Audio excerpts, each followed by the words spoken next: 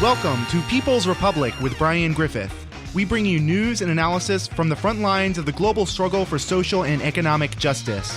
I'm your host, Brian Griffith, and here's what's going down this week in your backyard and across the world. We are starting this week with a discussion of Donald Trump's nominee for CIA director, Gina Haspel. In 2002, Haspel became a chief of base for a CIA black site in Thailand codenamed Cat's Eye, where she oversaw acts of torture against al-Qaeda suspects. 3 years later, she would oversee the destruction of 92 tapes of evidence related to the torture of Abu Zubaydah and Abd al-Rahim al-Nashiri. Haspel has been described as quite literally a war criminal by Jameel Jaffer of the ACLU, and the European Center for Constitutional and Human Rights has called on German officials to issue an arrest warrant against Haspel. But instead of facing a day in prison over her egregious violations of human rights under international humanitarian law, Haspel has instead been nominated to lead the very agency she used to carry out these crimes. Two Democrats so far, Joe Donnelly and Joe Manchin III, have announced their support for Haspel, while only two Republicans, Rand Paul and the ailing John McCain, are currently opposing. What would a Haspel confirmation mean for the CIA and for the U.S. role in world affairs?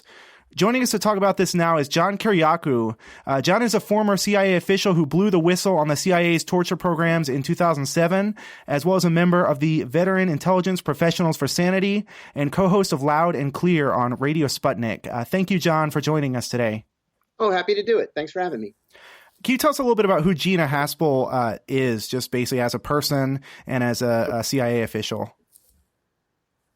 Yeah, I'm going to agree with a lot of what you've probably heard from CIA officers in the mainstream media. Gina was a very successful CIA case officer. She spent well over half of her career in the senior intelligence service. She was a good recruiter, but she made some very serious errors. I believe those were errors in judgment right after the 9/11 attacks.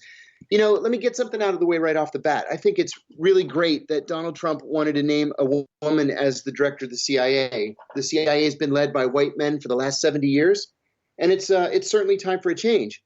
But I think that female director, that first female director, ought not to be Gina Haspel. There are 50 other women who would make fantastic CIA directors. Gina Haspel shouldn't be rewarded because of her role in the torture program. This is something that's the debate that we ought to be having. The argument that Gina Haspel would be a good CIA director simply because she is a woman kind of falls flat on its face, much in the same way people were arguing that Hillary Clinton would be a great president because she is a woman. Certainly, of course, there is a history of sexism within the CIA. There's a history of all the sorts of bigotry involved with the CIA. But, Gina Haspel has such an egregious record. She had a nickname in the CIA. Can you tell us what that is and how it is she earned it? She did. That was Bloody Gina. And it stemmed from her decision in 2002 to take over leadership of the secret site that you referred to, where she oversaw the torture of al-Rahim al-Nashiri and possibly other al-Qaeda prisoners. I want to say something else, too, about Gina. It's not just the fact that she's a woman. You hear in the news all the time that because she is the consummate CIA insider, that she's probably, I heard this the other day, probably the most qualified person ever to be nominated as CIA director. That is nonsensical. Frankly, I think it's a bad idea to nominate somebody from inside the CIA to lead the CIA. You need outside leadership. You need somebody with the guts to tell the President of the United States, Mr. President, let me tell you why that's a bad idea. But at the CIA, you get promoted through your career by saying, yes, sir, and doing as you're told. We don't need somebody in that position. We don't want somebody in that position who's going to just do what she's told. Somebody who is independent enough to stand up to the president. And she is not. She couldn't even stand up to her own boss in the counterterrorism center when he told her, I want you to go overseas and head this secret prison. When he told her, I want you to oversee the torture of this man who's never been charged with a crime in a court of law. And when he told her, I want you to destroy the evidence of the torture by ordering the tapes of the torture to be processed through an industrial grinder. And that's what she did. To me, that's disqualifying. That's not something to be celebrated. So I wonder what that also says about the role or kind of what we see about the way the U.S. state is currently functioning, where we see so many people whose qualification seems to simply be that they've been there for a very long time and therefore the quote unquote most qualified person.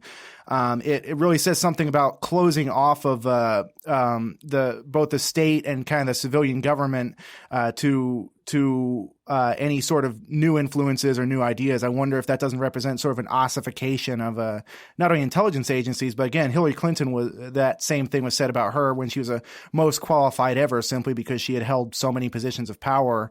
I wonder if that's not sort of an ossification of a lot of state powers there, if that's not symbolic of that.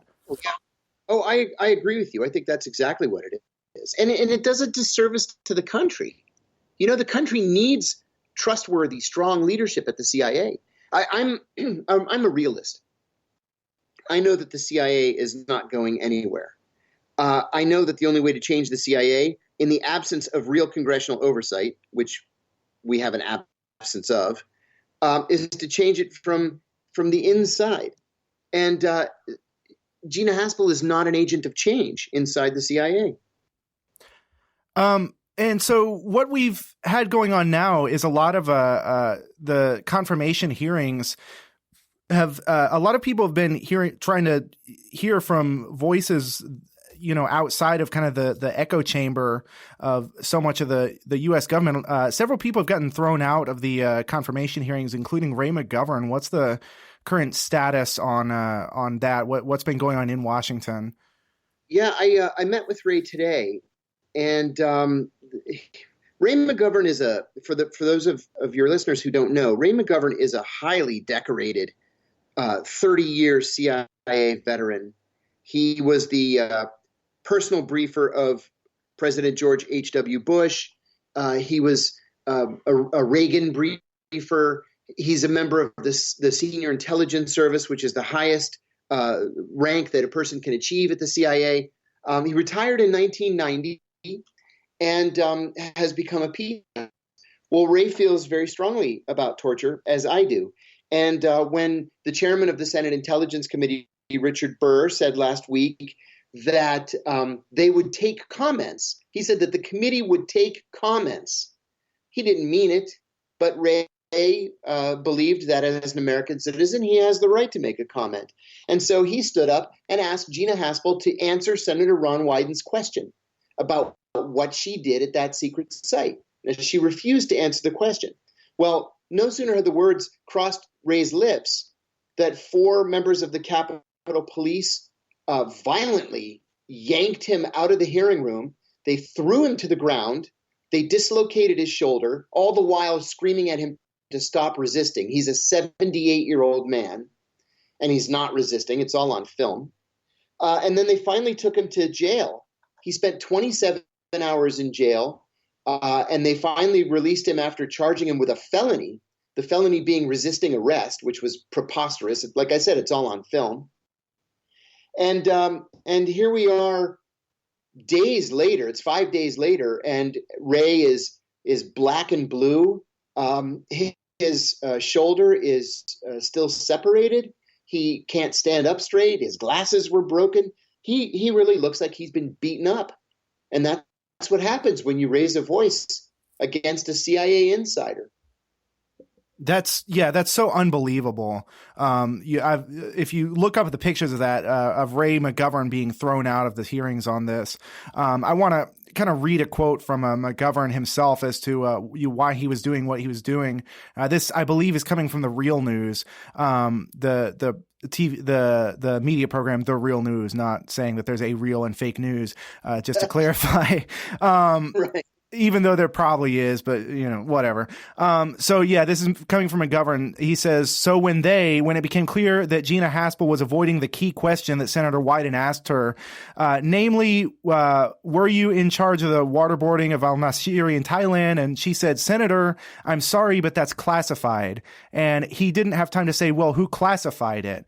What the answer to that, of course, is me. I classified it. So you have a situation where the head of the CIA acting is classifying information that incriminates her and should disqualify her from becoming the director of the CIA. So she said we have to go a closed session for that. So yeah, it sounds really interesting that Gina Haspel is able to classify so much information that would clearly, from a lot of people's vantage point, disqualify her from the position she's being nominated for. Yeah, this is a debate that we're really not having. Who classified that information? Gina Haspel classified that information. Gina Haspel can release that information, and she's refusing to because she doesn't want the American public to know what she was responsible for. I said in an op-ed, the Washington Post approached me and asked me to write an op-ed about Gina, which I gladly did. And I said that the American people own this information. The American people have the right to know what their government does in their name. And they have a right to other information as well. I mean, first of all, let's look at the message that this sends to CIA officers, to our friends and allies abroad, and even to our enemies. It tells CIA officers that you can commit war crimes, you can commit crimes against humanity, and you can still get promoted. And indeed, you can get promoted to director of the CIA. So don't worry about breaking the law. Nobody's going to say anything if you break the law. Just go ahead and do it. You have to say it's in the name of the country, and you'll get away with it. Well, the message that it sends to our friends and allies is this. The State Department mandates, or is mandated, I should say, with writing a human rights report every year on every country in the world with which we have diplomatic relations. Every year, a State Department officer prepares that report by doing in-depth research on whether or not host countries are showing respect in the legal process, in society, in the governmental process for human rights. Well, we ride these countries hard when they don't respect human rights. And we present this human rights report every year to Congress. That's the mandate. Well, what this sends, this message that this sends, Gina Haspel's appointment, is that you can just ignore what these State Department guys are telling you. You don't have to respect human rights.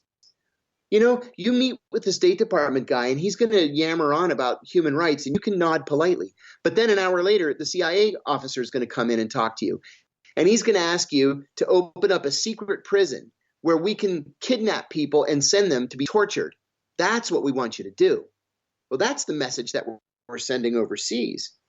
And then in terms of our enemies, this torture program and others like it at Guantanamo and Abu Ghraib and elsewhere have proven to be the greatest recruiting tool that Al-Qaeda and ISIS and every other terrorist group has had.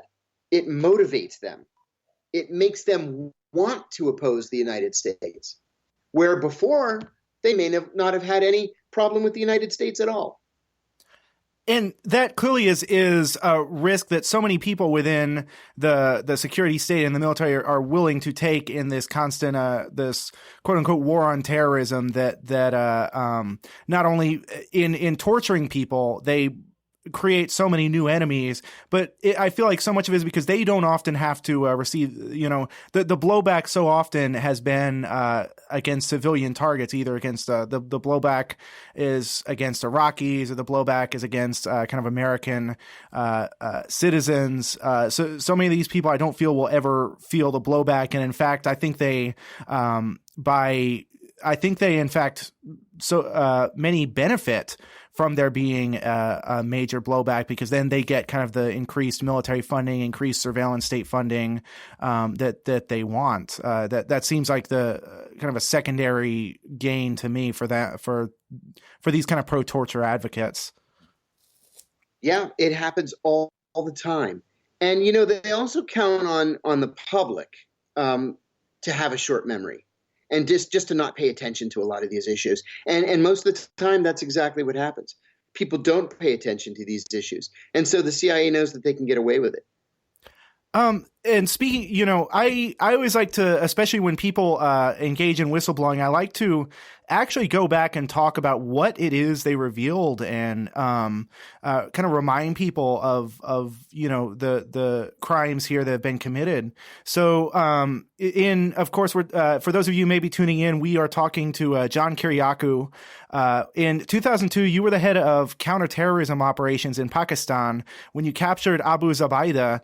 By May 2002, he had been tortured by the CIA, and a senior officer was offering to train you in what was then called the quote-unquote enhanced interrogation techniques, a euphemism for their torture program.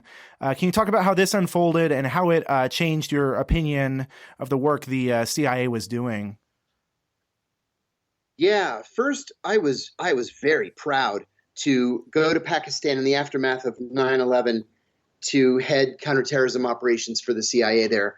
I had frankly begged to be sent to Afghanistan or Pakistan or wherever it was that they thought I could be useful. I believed in this war on terror in those early days. I wanted to bring al-Qaeda to justice.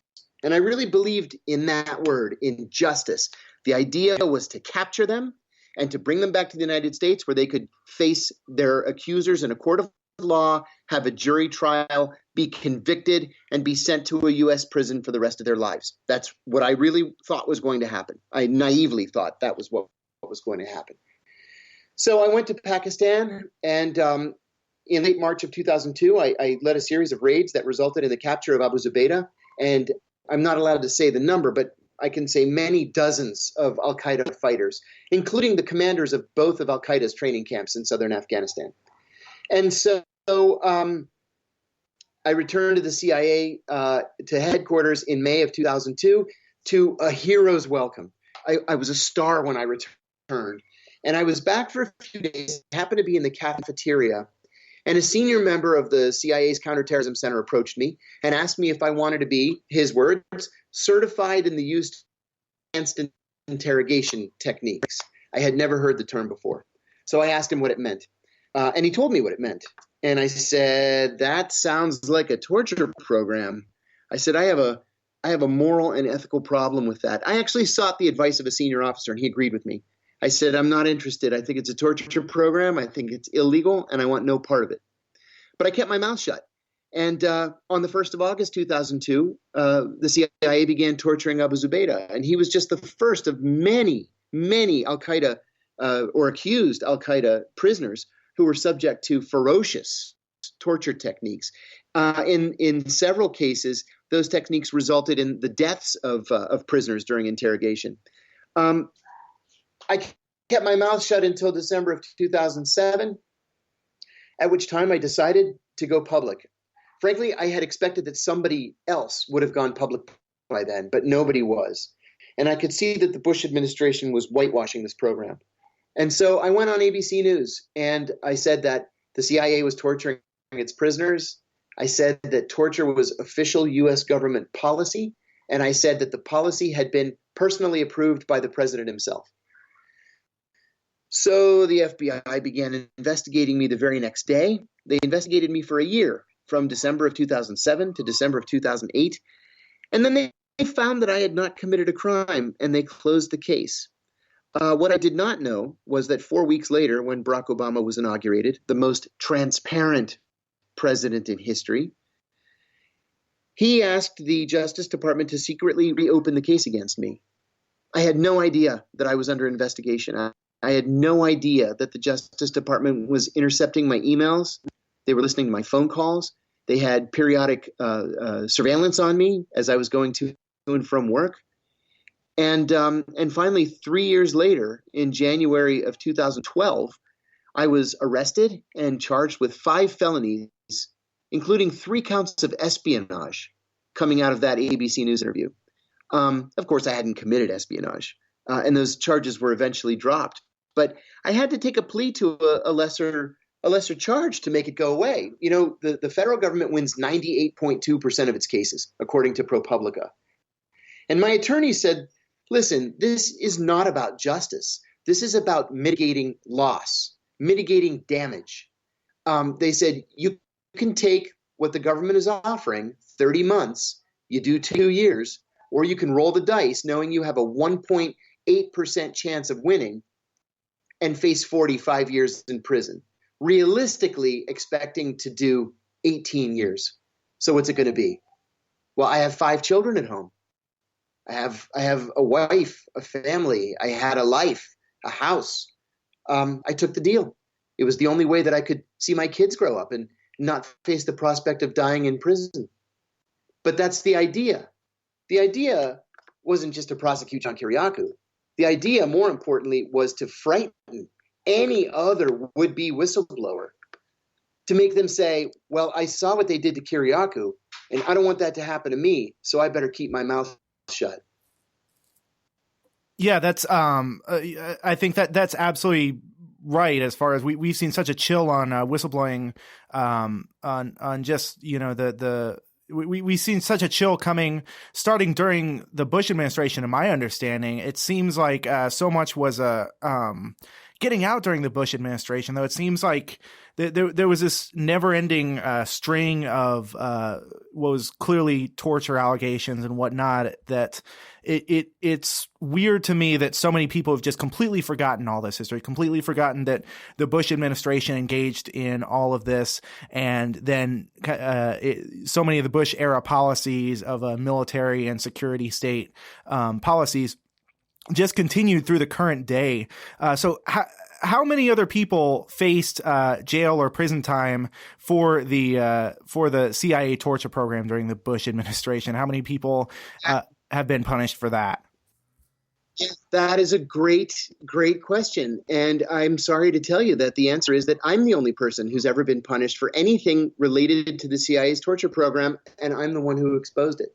All of the war criminals, the people who did the torture, the people who killed prisoners in custody, the people who came up with the torture program or who implemented it, or the lawyers who wrote specious legal opinions endorsing it, or the policymakers who ordered it. None of them have ever been published. I'm sorry, none of them have ever been punished. I'm the only one who's ever been punished. And many of them are still, I assume, in positions to this day, such as circling back around to Gina Haspel, who engaged in one of these black sites and is now, it looks like may become the director of the CIA. Sure. And the ones that are no longer in the CIA received $4 million and $6 million book advances. I can name 2 of those, or went on to extraordinarily lucrative careers with hedge funds or vulture funds. And so, yeah, the idea is that you get rich if you keep your mouth shut and play ball. So we were kind of at least sold the lie during the Bush administration that torture is somehow necessary to get some sort of necessary info out or whatnot. We were sold this after 9/11 by media, such as kind of the show 24 was the most infamous for this.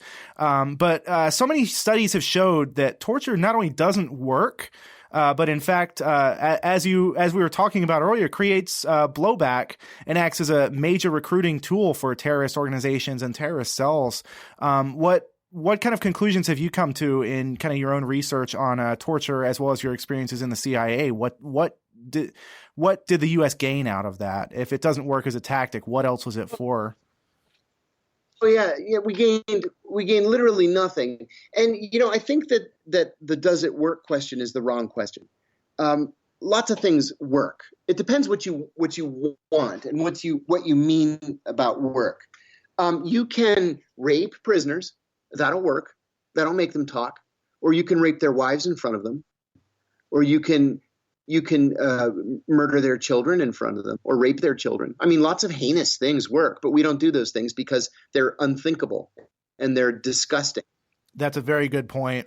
The thing is, do we want to lose sense of who we are as people, as Americans?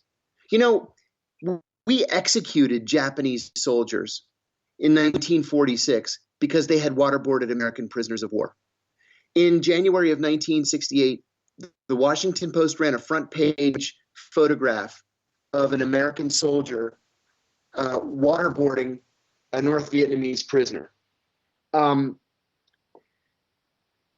That photo created such a stir that the Secretary of Defense, Robert McNamara, ordered an investigation. The soldier was arrested. He was charged with torture. He was convicted, and he was sentenced to 20 years in prison. Well, the law never changed. We changed. The Federal Torture Act is still the law of the land. The U.S. is still a signatory to the United Nations Convention Against Torture. That's still the law of the land. But we changed. And that's what's wrong with this country. Yeah, I think there are some very good points there. So you're also involved in a project that was called you're also involved in the Veteran Intelligence Professionals for Sanity. There's a lot kind of going on with that. That group has kind of put out a lot of valuable counterpoints to the U.S. common consensus within U.S. intelligence and media. Can you tell me how you got how you got involved with that, and what some of the initiatives coming out of there are? What some of the kind of messages coming out of that have been? Sure. The Veteran Intelligence Professionals for Sanity is a group founded by Ray McGovern, who we talked about a few minutes ago, and Colleen Rowley, an FBI whistleblower who was the senior legal counsel at the FBI office in Minneapolis, Minnesota. She's a 9/11 whistleblower. And it's made up of people from the CIA, the FBI, NSA, DIA, the State Department, and retired military. And what we try to do is we rely on our centuries of combined expertise on foreign policy and intelligence, and we write memos to the president, occasionally to the congressional oversight committees, offering an alternative view of what they are getting normally in the mainstream media.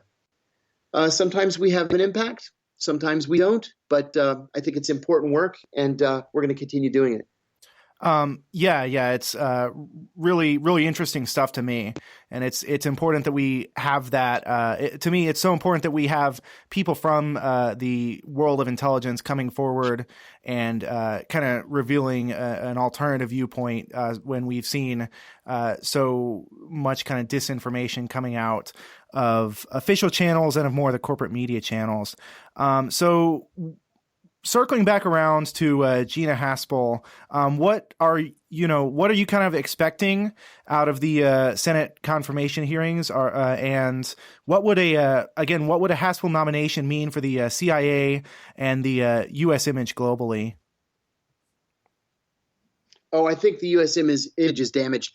Gina Haspel is already facing criminal charges in Germany by a federal prosecutor in Berlin because of her war crimes that she committed in the aftermath of the 9/11 attacks. So, we run the risk of having a CIA director who's not allowed to travel to the European Union because she faces imminent arrest.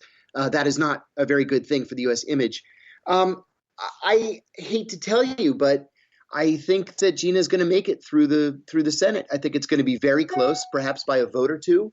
But I think she's going to make it because there are some very, very weak sorry excuses for Democrats, namely Joe Manchin, as you mentioned, and Joe Donnelly, and also we have to worry about Jones of Alabama. I mean, the guy's practically a Republican, so I think that it's probably lost.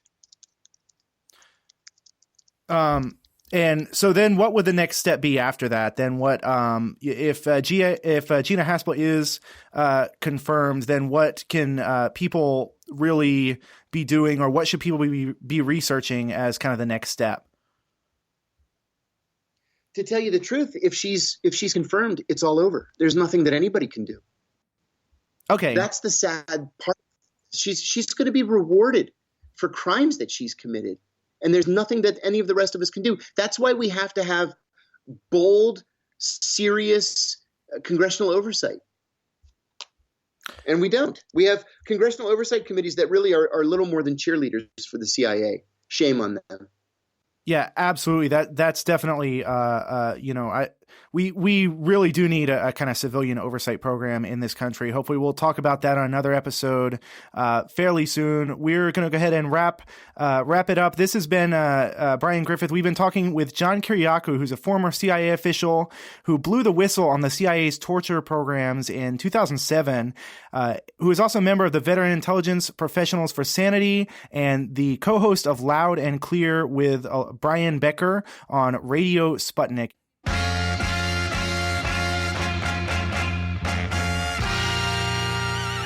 The Trump administration announced that it is going to stop granting temporary protected status to 57,000 Hondurans. This would leave them vulnerable to deportation to a country currently experiencing a major humanitarian crisis. Hondurans are the latest group in a series of marginalized refugee groups to be threatened with deportation by the Trump administration. What are the stakes for Hondurans in the U.S.? To discuss this and much more, we are joined for the next half hour by Dr. Amy Frischke.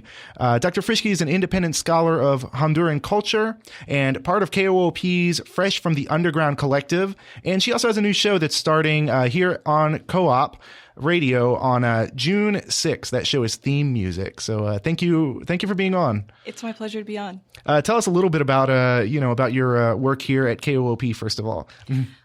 So Theme Music, that's something I've been wanting to do for a while. It's just every episode will be devoted to a different theme, a different topic with music, and also with interviews devoted to that theme.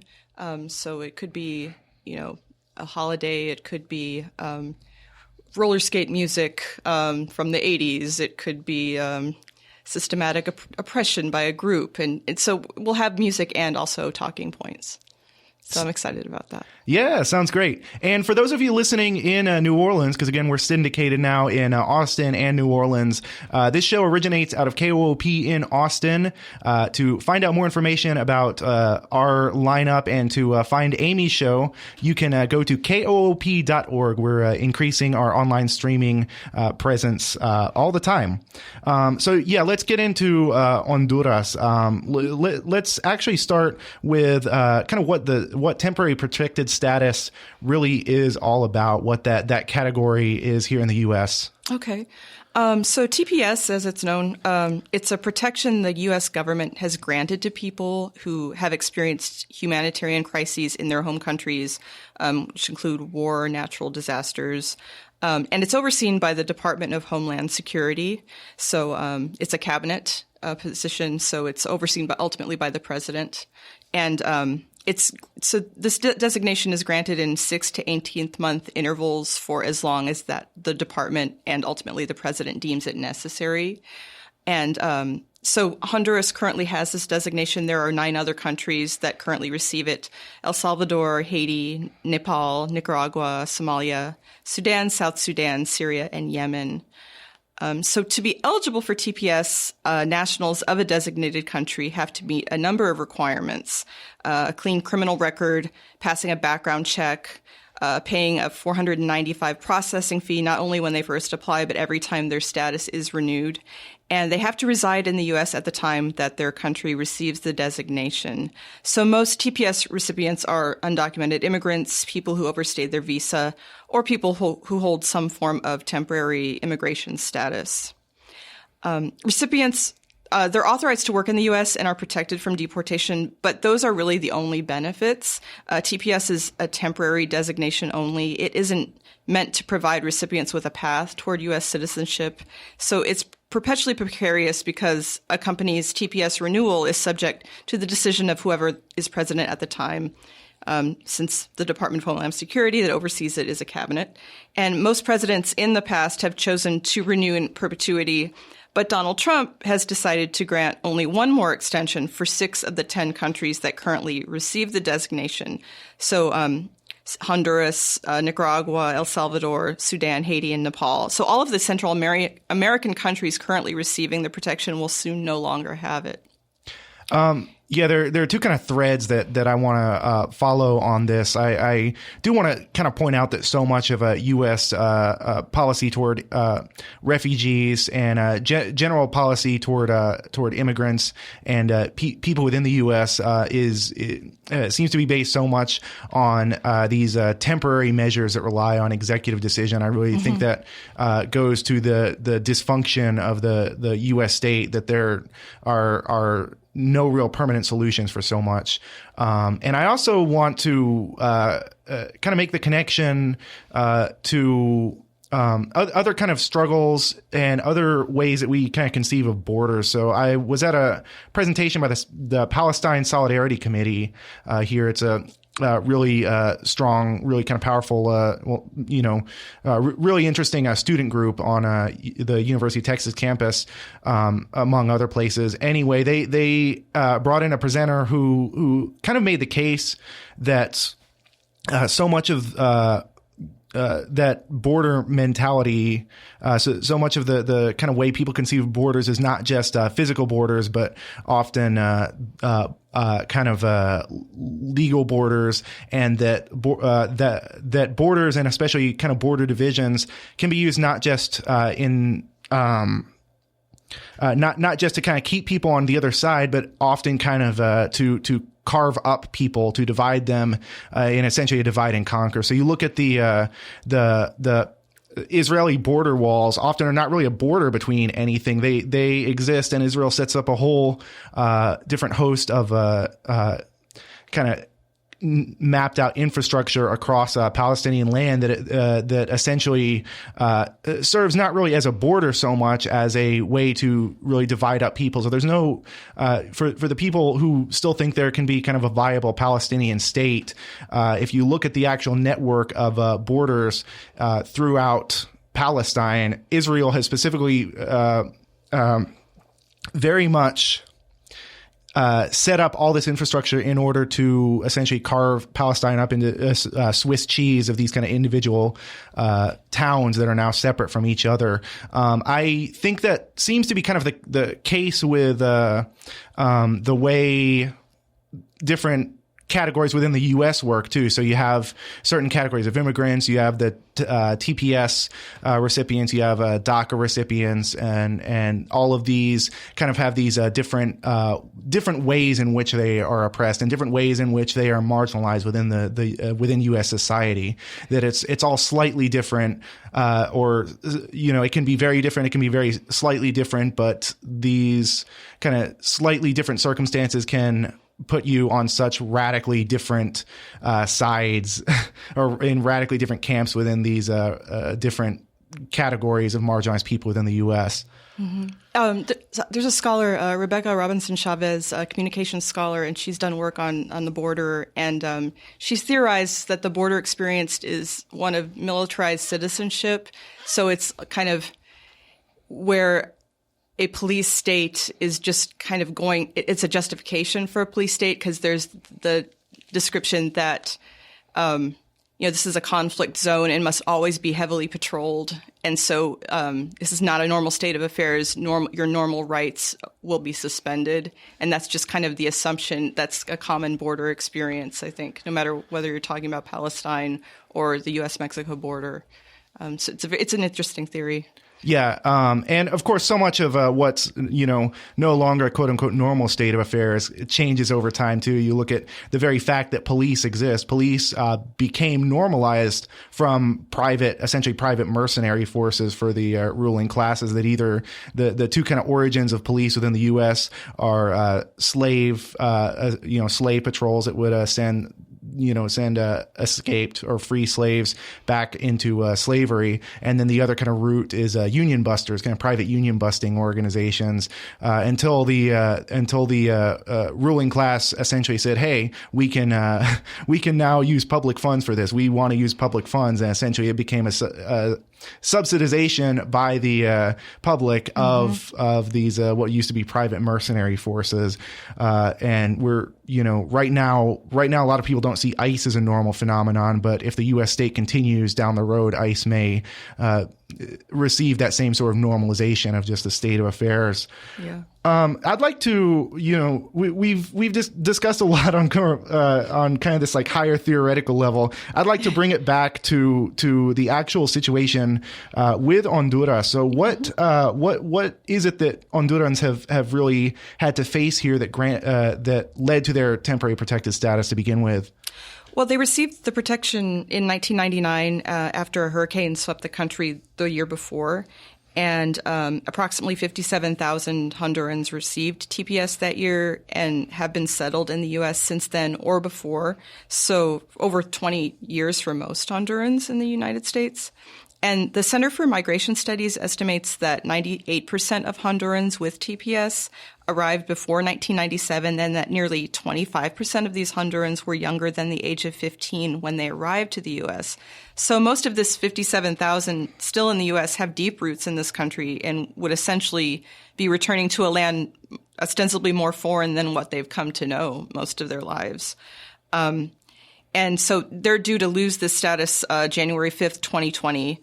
And, more than 100,000 were protected in 1999, according to an estimate from the Immigrant Legal Resource Center. So that more than 40 actually did return to Honduras on their own or received a more permanent legal status in the U.S. since then. So, that's an interesting fact to consider. Yeah. How about the current kind of situation? Because the at this point, if we just take it on the kind of word of that they faced a hurricane a while back, we don't fully consider that Honduras continues to have kind of an unfolding humanitarian crisis that I think a lot of people are kind of vaguely aware of, but don't really know the specifics. Yeah, very much so.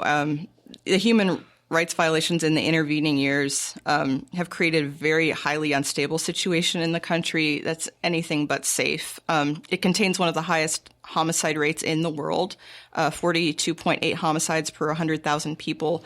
To put that in perspective, the rate in the U.S. is 4 per 100,000. It also contains one of the greatest divides between the ruling and working classes in the Americas. So in 2009, on June 28th, the Honduran military staged a coup to depose then President Manuel Zelaya, which launched a wave of human rights abuses that continue to this day. So earlier that month, Zelaya had proposed a constitutional assembly, which had the potential of institutionalizing rights long sought after by historically marginalized groups like women, indigenous and Afro-descendant peoples, and labor parties. And these rights included proportional representation, legal title to communal and ancestral lands. And so the coup occurred 2 days before this constitutional referendum was supposed to take place. And Zelaya was forced onto a military plane headed for Costa Rica. So there was no way the country's oligarchy was going to allow the equitable distribution of resources that a constitutional assembly could have spearheaded. So in response to the coup, there was an enormous resistant movement that emerged, at the core of which have been these marginalized groups, and they have suffered illegal detention, injuries during peaceful protests, murder, and kidnapping by security forces. And at this juncture, I should note that Hillary Clinton, the then Secretary of State, supported new elections in November 2009 held by the de facto government rather than supporting Zelaya's return. She regarded him as a leftist troublemaker. And in her memoir, she wrote, quote, "In the subsequent days, I spoke with my counterparts around the hemisphere. We strategized on a plan to restore order in Honduras and ensure that free and fair elections could be held quickly and legitimately, which would render the question of Zelaya moot," end quote. But according to a report held by the Center for Economic Policy and Research, the polling sites during the November elections were controlled by 2,000 troops, 14,000 police, and 5,000 reservists, totally eliminating the possibility of free and fair elections.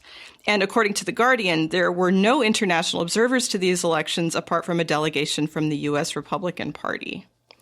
Yeah, so the only person watching these elections with any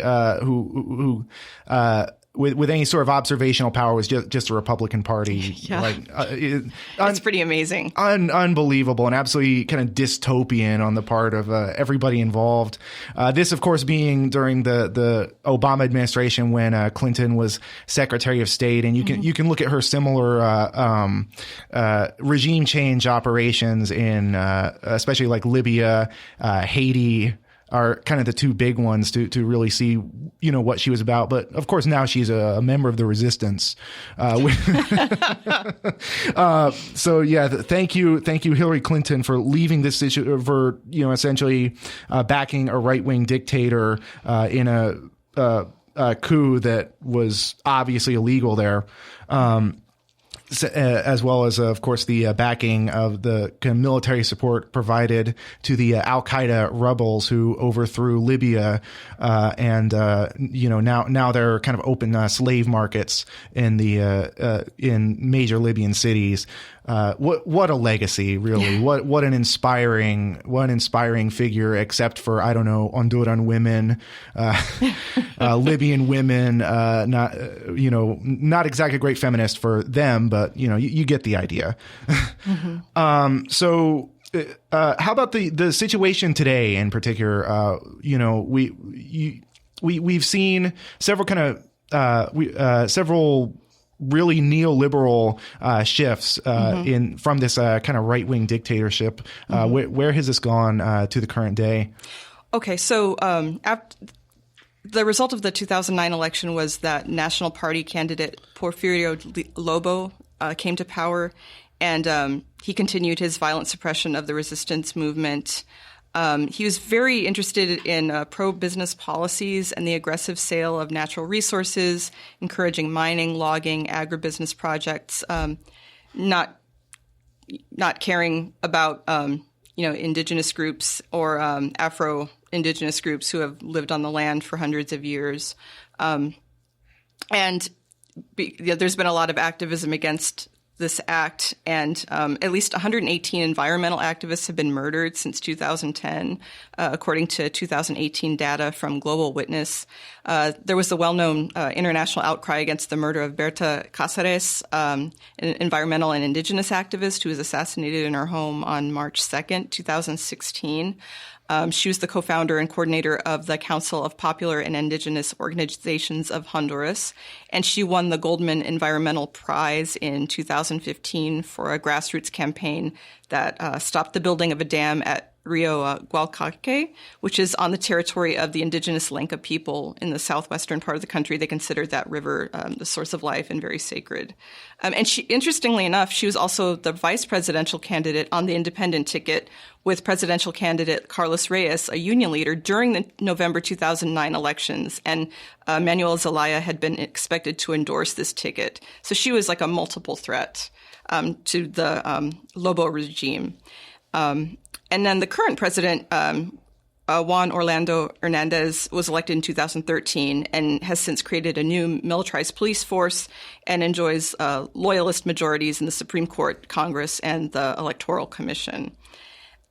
So that's the current situation. Also, Lobo, because of his interest in agribusiness, was very much behind this idea that never really got off the ground of charter cities, this kind of neoliberal idea of foreign investors, business owners creating kind of their own state within an economically depressed country, and having people move in and have it be run by a so-called transparency commission of investors. And just kind of I'm sorry, that's like so hilariously dystopian. Transparency Commission, that's all just investors. Yeah. And it not answering to the citizens of that country. It's just its own autonomous region. And Lobo very much pushed for this. This was struck down in 2012 by the Supreme Court, but he continued to push for that during his administration. Pretty scary stuff. And especially there was a special interest in the North Coast, where there's a lot of Garifuna communities, Afro-descendant people. During the 1990s, there started to be a process of their land titles or their lands being expropriated through nefarious means by the government, by investors. They took steps on their own in 1992 to obtain individual land grant titles, but those were nullified quickly. And then it became kind of a cherry picking of different individual land titles, like what can we nullify next? And then also community members kind of being scared and giving up their land willingly, figuring, well, it's going to be inevitable that they're going to take the land from me. Yeah, almost kind of a process of what Marx would have called primitive accumulation of capital. That idea that if you actually look at the history of how capitalism developed, if you go back to kind of the roots as it developed out of feudalism, there were points at which the kind of burgeoning the bourgeoisie class simply, as they took over the state, simply granted the commons to themselves. So there was a point at which, obviously we're talking about medieval Europe at this point, or a kind of feudalist Europe, had large kind of common areas of land that was used more or less for the public good. Obviously that was within a feudalist context, so there were issues with that system. But all of those commons were simply broken off into, by the state by force, and fenced off into the hands of that kind of emerging bourgeois class. I wonder, is that kind of does it feel like that's what is happening here? And the other thing is, I wonder how it almost sounds like this is this charter cities idea was kind of an arch settler colonialist project, almost neo settler colonialist. Yeah, because the beaches on the north coast are beautiful, and there is definitely the desire to attract the tourist dollars to develop large scale resorts, cruise ship ports, and that was kind of a big motivating factor with all that investment and wanting to kind of accelerate that process. As far as the state of affairs now, it's a lot of these activists are still, being murdered, being kidnapped. There was a Garifuna radio station that was bombed not too long ago. So it's still very precarious. And I guess, like, in the last 10 years, the Inter-American Commission on Human Rights issued 41 protective measures covering hundreds of activists, union workers, lawyers facing imminent risks, which is a very high number for the size of a country like Honduras. Yeah. And you said there was a Garifuna radio station bombed, and you said there are still these issues of violence. So is this violence that's emanating from the state? Is this kind of a paramilitary? Do you have a good sense of kind of what the main forces are? Because what I hear from the kind of mainstream, the corporate media narrative here is entirely focused on when they do talk about Honduras, it tends to be in the context of gang violence, as though like Honduras just sucks as a country, and there's no sort of context for why why so much of this violence happens, or what the kind of driving economic and sort of forces of imperialism are. Mm-hmm. I mean, yeah, most of the violence is against those that question the ruling class, to like more vulnerable communities who are actually very well organized kind of across the board.